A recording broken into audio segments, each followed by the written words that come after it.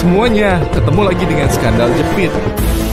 Adam Air penerbangan 574 dengan nomor penerbangan KI 574 atau DHI 574 adalah penerbangan penumpang domestik terjadwal yang dioperasikan oleh Adam Air antara kota Surabaya dan Manado yang jatuh di Selat Makassar dekat Polewali Mandar di Sulawesi pada tanggal 1 Januari 2007. Sebanyak 102 orang meninggal yang terdiri dari 96 penumpang dan 6 awak pesawat. Kejadian ini menjadi jumlah kematian tertinggi dari semua kecelakaan penerbangan yang melibatkan Boeing 737 seri 400. Investigasi penuh segera diluncurkan pada tragedi tersebut. Dari laporan akhir yang dirilis pada 25 Maret 2008, menyimpulkan bahwa pilot kehilangan kendali atas pesawat setelah mereka sibuk memecahkan masalah sistem navigasi, inersia dan secara tidak sengaja mematikan sistem autopilot pesawat. Tragedi itu bermula pada 1 Januari 2007 pukul 12:59 waktu setempat. Pesawat berangkat dari Bandara Internasional Juanda, Surabaya, dengan membawa 96 penumpang yang terdiri dari 35 dewasa, 47 anak-anak, 4 bayi, dan 6 kru pesawat. Sebagian besar penumpang terdiri dari warga negara Indonesia dan satu-satunya warga asing adalah keluarga kewarganegaraan Amerika yang terdiri dari 3 orang. Penerbangan 2 jam yang dijadwalkan tiba di Bandara Sam Ratulangi, Manado.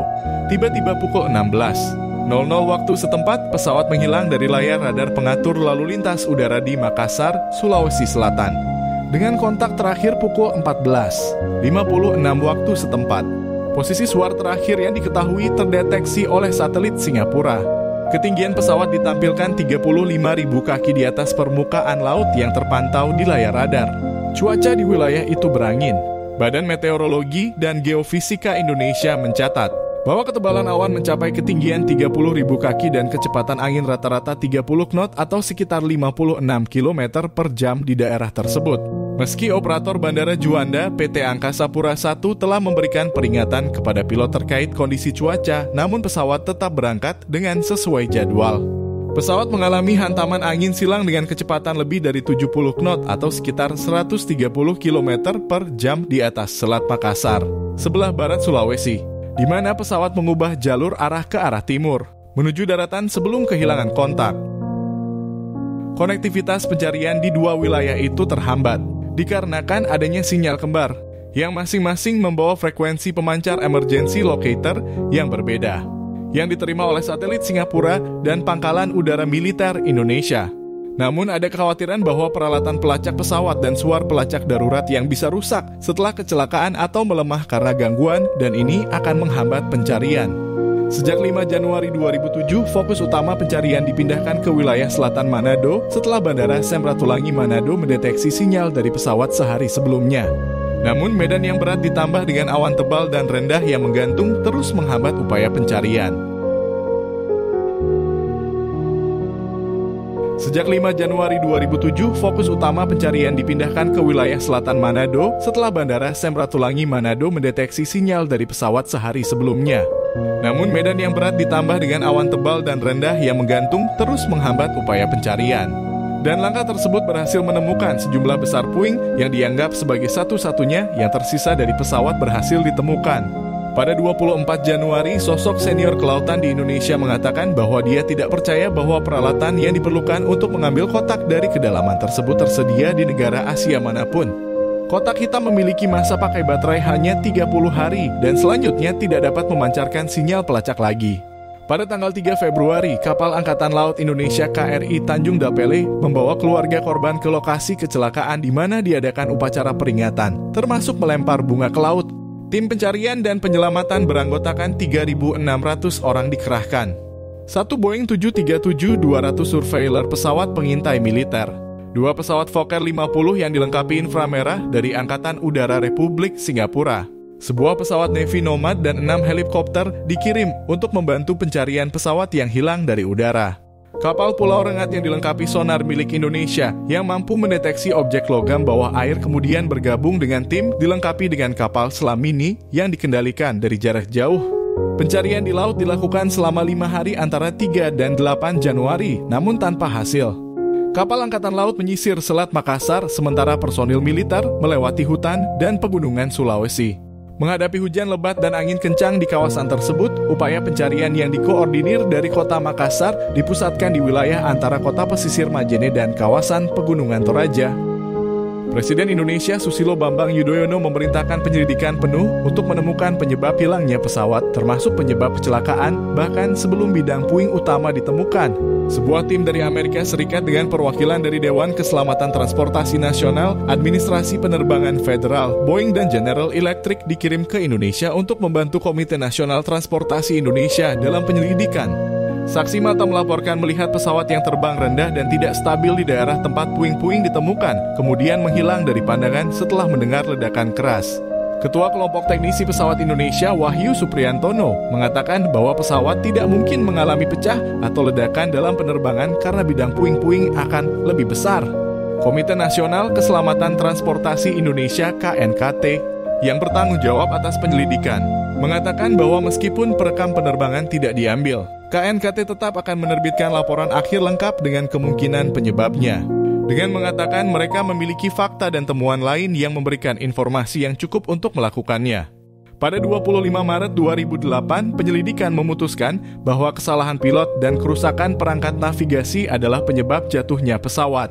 Dalam laporannya, pesawat Boeing 737 dengan registrasi PKKKW pada 1 Januari 2007 lepas landas dari Bandara Juanda, Surabaya pada pukul 05.59 waktu Indonesia Barat dengan perkiraan sampai di Bandara Samratulangi Manado pada pukul 08.14 waktu Indonesia Barat. Di dalam pesawat tercatat ada 102 orang yang terdiri dari 2 pilot, 4 awak kabin dan 96 penumpang yang terdiri dari 85 orang dewasa, 7 anak-anak dan 4 orang balita infants. Pesawat PKKKW hilang dari pantauan radar pada ketinggian 35.000 kaki. Saat dilaksanakan pencarian, ditemukan serpihan pesawat di laut dan perairan sepanjang pantai dekat Parepare, Sulawesi Selatan, 9 hari setelah pesawat dinyatakan hilang 1 Januari 2007. Sinyal locator beacon dari flight recorder terdengar pada 21 Januari 2007. Pencarian dihentikan saat dipastikan serpihan pesawat dan sinyal locator beacon berada di dasar laut dengan kedalaman sekitar 2.000 meter. Sinyal locator beacon itu dipancarkan oleh kotak hitam alias black box. Pengangkatan flight recorder kemudian dilakukan dari dasar laut mulai 24 Agustus 2007. Digital Flight Data Recorder DFDR dan Cockpit Voice Recorder VCR berhasil ditemukan dan diangkat pada 27 hingga 28 Agustus 2007. Hasil analisa CVR menunjukkan kedua pilot terlibat menghadapi problem navigasi dan kemudian terfokus perhatian pada troubleshooting permasalahan Inertial Reference System atau IRS. Setidaknya selama 13 menit terakhir penerbangan dengan perhatian minimal pada flight requirement lainnya. Hal ini termasuk identifikasi dan usaha dalam melakukan tindakan koreksi, tulis Ketua KNKT Tatang Kurnia di dalam laporan yang dipublikasikan pada 25 Maret 2008.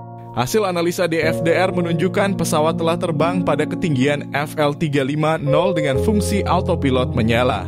Untuk mempertahankan agar sayap pesawat tidak miring, autopilot menahan posisi setir kemudi aileron 5 derajat ke kiri. Setelah kru memutuskan IRS mode autopilot dimatikan, setir kemudian miring ke kanan. Suara peringatan atau aural alert bank angle terdengar saat pesawat miring ke kanan lebih dari 35 derajat. Setelah kemiringan melebihi 100 derajat, pilot tidak melakukan pemutaran agar sayap pesawat kembali pada posisi sesuai prosedur baku. Sejumlah kendala teknis terjadi saat itu yang tidak disadari oleh pilot. KNKT menyimpulkan tidak terdapat tanda-tanda kedua pilot dapat mengendalikan pesawat secara cepat setelah ada peringatan. Kecelakaan terjadi sebagai kombinasi sejumlah faktor, termasuk kegagalan pilot dalam intensitas memonitor flight instrument khususnya dalam 2 menit terakhir penerbangan. Fokus konsentrasi pada malfungsi IRS telah mengalihkan perhatian kedua pilot dari flight instrument dan membuka peluang terjadinya increasing descent dan bank angel atau kemiringan pesawat tidak teramati. Kedua pilot tidak mendeteksi dan menahan kemudi sesegera mungkin untuk mencegah kehilangan kendali. Akhirnya drama 13 menit penyebab kecelakaan pesawat Adam Air itu terjadi. Pesawat itu hancur beserta isinya menghantam laut dan membuat Adam Air dibekukan. Berikut rekaman Cockpit Voice Recorder CVR itu dipublikasi dalam sebuah laporan lengkap tentang peristiwa naas itu setebal 98 halaman.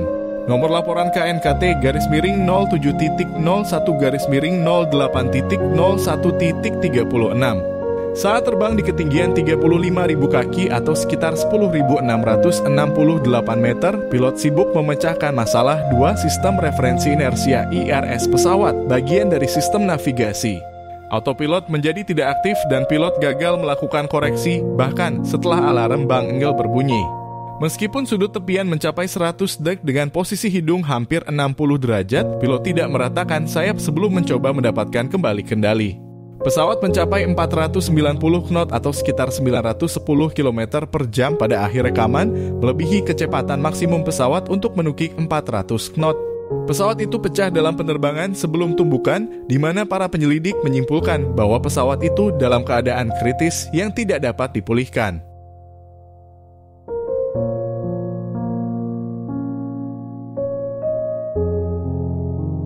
Terima kasih telah menonton tayangan ini. Jangan lupa like, comment, and subscribe untuk membangun channel ini lebih baik lagi. Wassalam.